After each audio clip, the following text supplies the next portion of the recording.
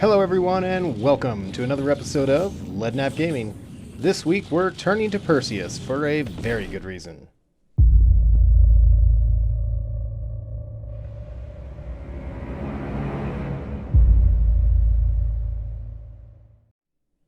As Invictus rolls to a close, RSI Day seems like long ago and the Scorpius really stole the show. So why talk about Perseus right now? Believe it or not, I actually jammed this into the production schedule so as to make sure you had a chance to see it prior to the end of Invictus week. Why? During Invictus, we've received information on other ships and concepts which update critical information for Perseus.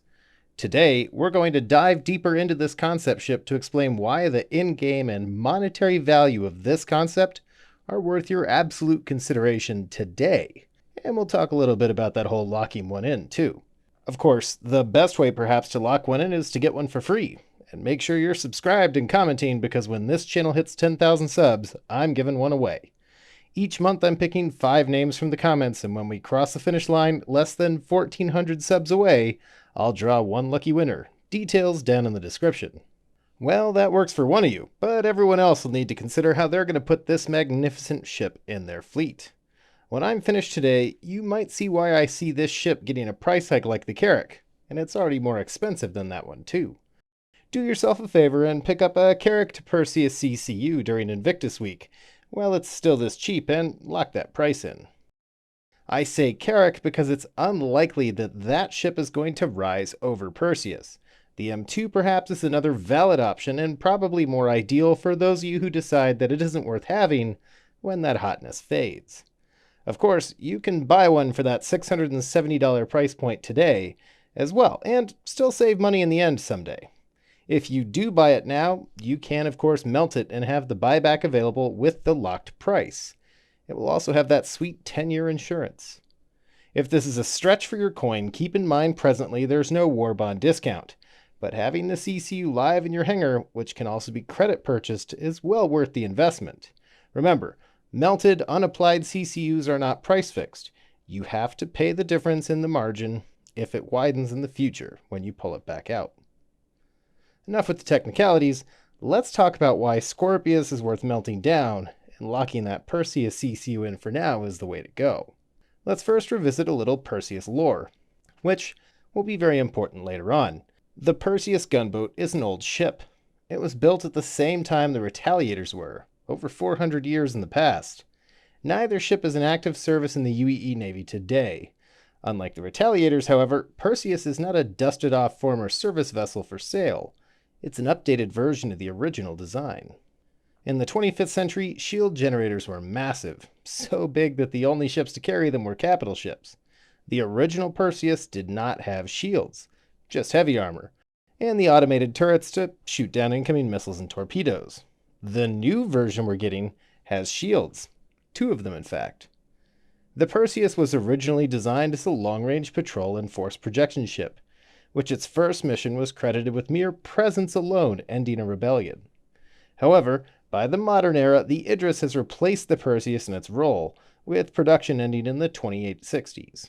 While Roberts hasn't really fleshed this out for us, conceivably this was because a single Idris has more capability, particularly against a larger scale conventional foe. The Carrack may have also replaced it for a time. The final lore note to make here is why we got Perseus back: Operation Mandrake. In 2946, 5 years ago for those of you counting, the UEES Achilles, one of the last Perseus to roll off the production line, joined the fray and managed to down 2 Vanduul destroyers until finally succumbing to her wounds. It was this performance that brought calls to RSI to revive the ship, unveiling it in 2950, last year. Okay, cool, Led. What's any of that have to do with buying one now? All this info was available in November. Yes, it was.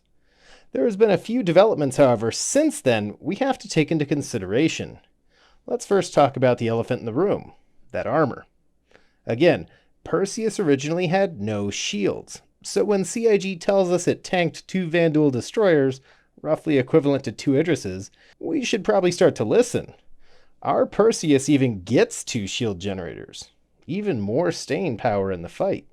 The release of the M2, however, sheds new light on all of this, as the biggest justification from CAG for the now $120 price gulf between the C2 and the M2 is that heavy armor. Judged by price alone, it would appear if you want heavy armor, you gotta pay over $500 for it. Now we're starting to explain that hefty price tag on the Perseus. We also know from CIG they currently intend to include a sort of penetration value. If weapons are not capable of generating enough damage, the armor ignores it. This is a major buff to the Perseus, which not only has shields now, but the largest threat to Perseus, a fighter swarm, better bring guns big enough to punch holes in it.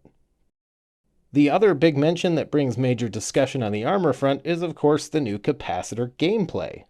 While this concept system is still in its infancy, Perseus captains need worry less. The heavy armor means you're likely not to need to make major decisions on sending power to the shields to stay alive. Another consideration should go to what has sometimes been referred to as the automated turrets.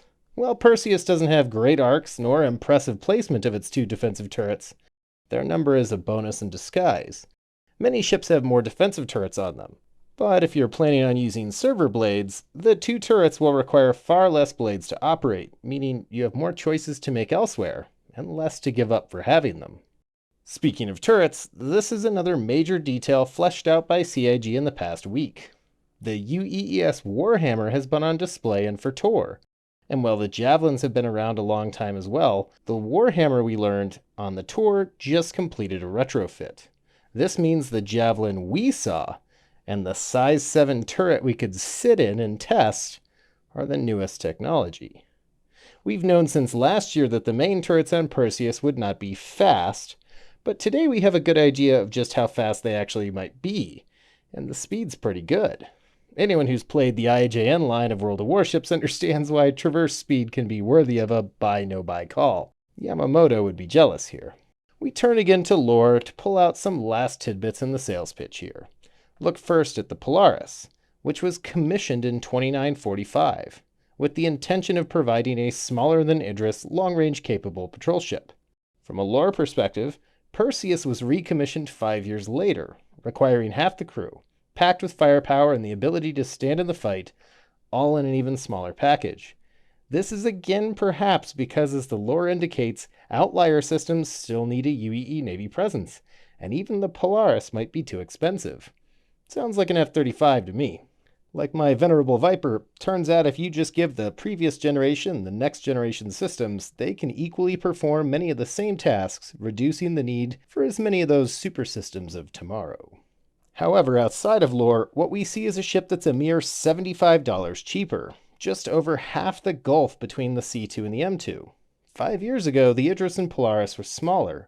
The original Polaris was aimed at roughly 100 meters length, the same as the Perseus today. The subcapital endgame ship the Polaris was originally intended to be is now the Perseus. More importantly, CIG also cleared up a major theory many in the community had on crew sizes, that the old numbers were like old SCU, too many, and ships would see crew size pared down. The Javelin has 81 bunks. It would be fair to conclude today that the Polaris will carry 24. Players looking for that big warship gameplay will find it in Perseus. Big ship power with the need for only 5 additional crew. The video I bumped to make this one involves cost to operate, and the Perseus will be exponentially cheaper to run about in the verse, laying size 7s on things to go boom. Make sure to tune into that video when it airs. All of this is why odds are better than Bitcoin that investing in Perseus today is going to be worth it.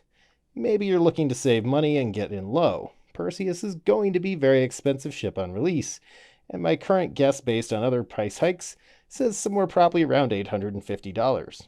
The Polaris could break just under $1,000, so as to avoid the LTI rules at that price point, which means grabbing a $75 Perseus to Polaris CCU the next time that option occurs might also be a smart one. As far as in-game purchases go, expect this one to be pricey. It's hard to swallow. Perseus is in concept phase and not shown on any roadmaps, despite not having any tech that's not in game yet today, and sharing assets with the Polaris, which of course has once again fallen off. For that reason, I champion the CCU option, though you do tie up the money to keep it live, you don't put a ridiculous amount of money into a ship that we may not see for years. Of course, if you buy one outright, you can melt and preserve the price. I have defended for months that Perseus doesn't make other ships obsolete in Star Citizen, but it damn well comes close. If this were your only ship, you'd be fine. The Polaris is my favorite ship in the game, but I expect to spend far more time on a Perseus. If all of this hasn't brought you around, the new Perseus includes a vehicle elevator, bringing you surface power projection the originals didn't have, nor any of her larger companions. So let me know down in the comments, are you suddenly looking to make some Invictus money moves before the next price hike? Make sure to share with your friends, like and subscribe if you haven't already, and I will catch you all next time.